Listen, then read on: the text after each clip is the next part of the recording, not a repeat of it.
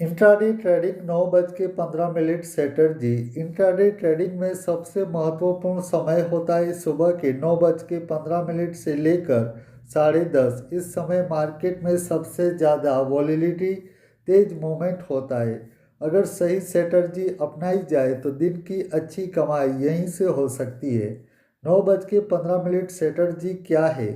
यह एक ऐसी ट्रेडिंग तकनीक है जिसमें आप मार्केट खुलते ही पहले 5 या 15 मिनट का रेंज पकड़ते हैं और उसी के ब्रेकआउट पर ट्रेड लेते हैं।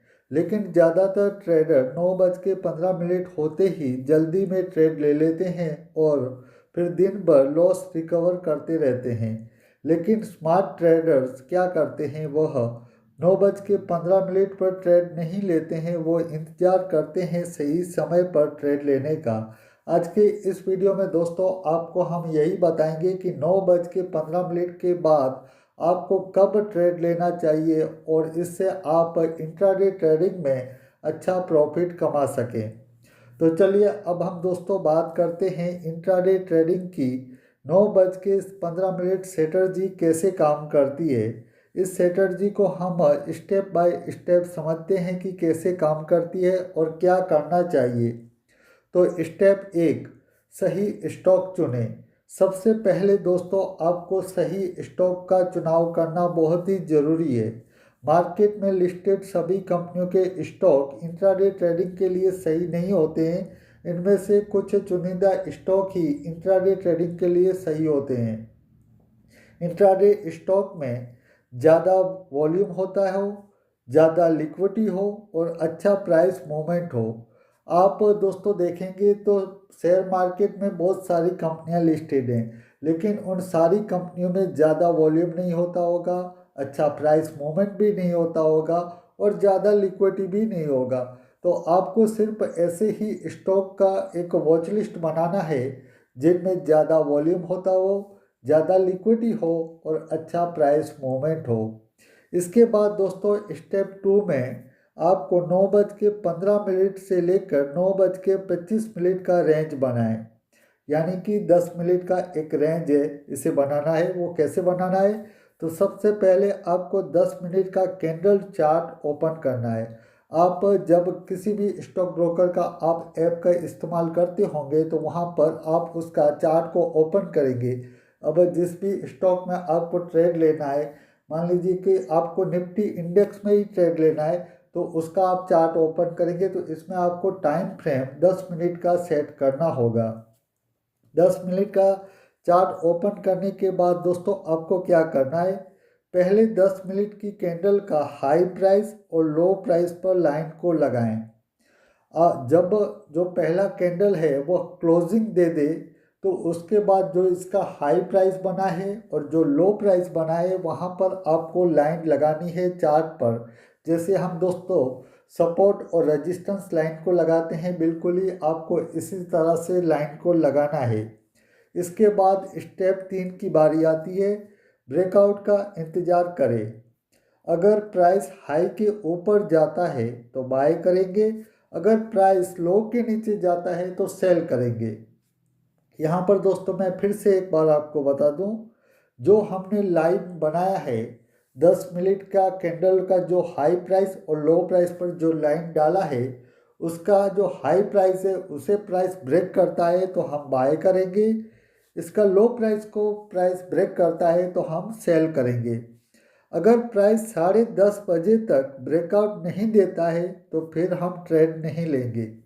जो पहले 10 मिनट का कैंडल बना है, इसमें जो इसका हाई प्राइस और लो प्राइस बना है, इसका किसी भी तरह का ब्रेकआउट नहीं आता है, ना ही ऊपर और ना ही नीचे, और 10:30 का समय हो जाता है तो इसके बाद दोस्तों हम ट्रेड नहीं लेंगे। कई बार दोस्तों ऐसा हो सकता है कि जो पहला 10 मिनट का कैंडल बना है, इसका हाई प्राइस और लो प्राइस को प्राइस ब्रेक नहीं करता है तो उस दिन हमें ट्रेड नहीं लेना है। अब स्टेप 4 की बारी आती है, स्टॉप लॉस और टारगेट। अब यहाँ पर हम स्टॉप लॉस कैसे लगाएंगे और टारगेट कैसे सेट करेंगे, चलिए इस पर बात करते हैं। सबसे पहले स्टॉप लॉस। बाय में लो के नीचे स्टॉप लॉस लगाएंगे और सेल में हाई के ऊपर स्टॉप लॉस लगाएंगे।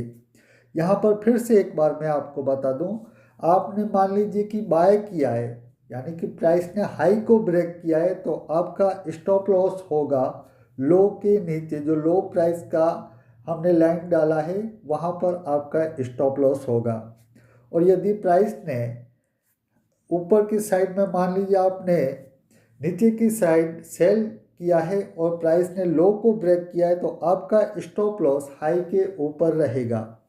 टारगेट दोस्तों 1.2 रिस्क रिवॉर्ड बहुत ज़रूरी, या फिर प्रीवियस सपोर्ट या रजिस्टेंस वहाँ पर आपका टारगेट होगा।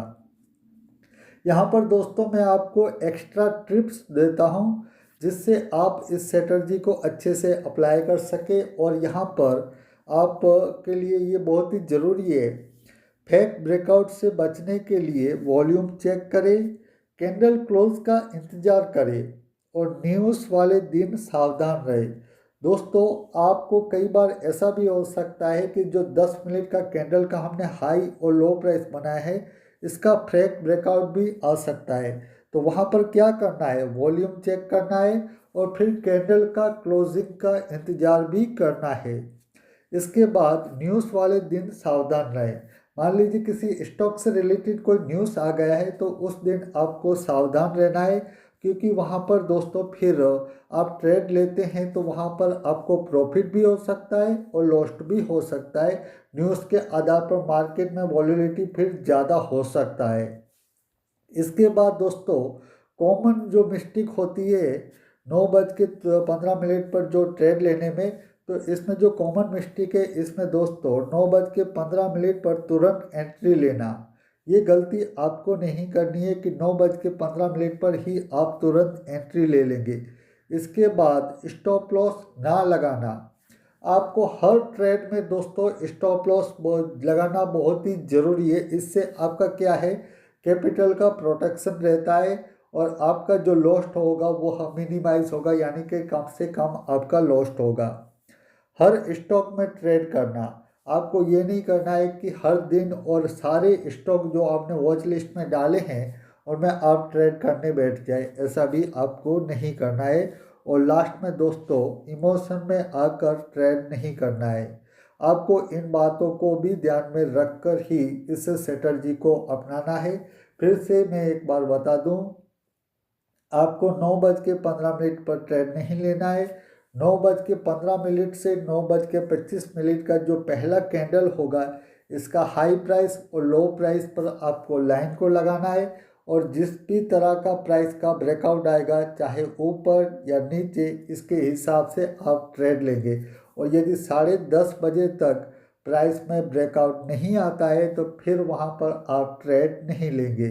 आज के वीडियो में दोस्तों बस अब इतना ही। मुझे दीजिए रजा। धन्यवाद।